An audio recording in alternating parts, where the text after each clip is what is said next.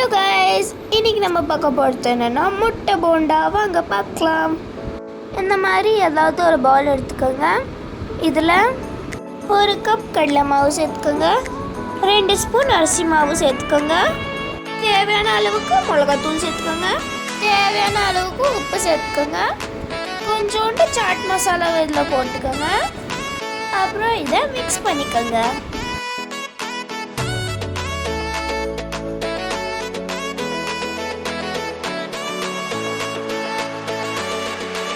இப்போ இதில் கொஞ்சம் கொஞ்சமாக தண்ணி விட்டு இந்த மாதிரி பண்ணிக்கோங்க.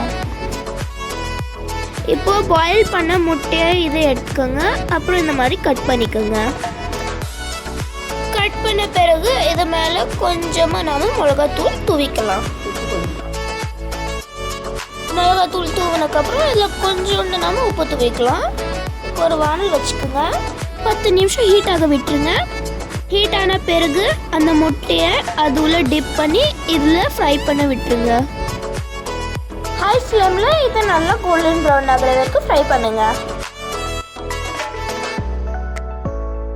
இப்போ ஃப்ரை பண்ணியாச்சு. இப்போ இது ஒரு தட்டில் ட்ரான்ஸ்ஃபர் பண்ணிக்கலாம். பாருங்க கைஸ், எவ்வளோ யம்மியாக வந்திருக்கு. உங்களுக்கு எங்கள் வீடியோ பிடிச்சிருந்தா லைக் பண்ணுங்கள், ஷேர் பண்ணுங்கள், கமெண்ட் பண்ணுங்கள், சப்ஸ்கிரைப் பண்ணுங்கள். Bye guys.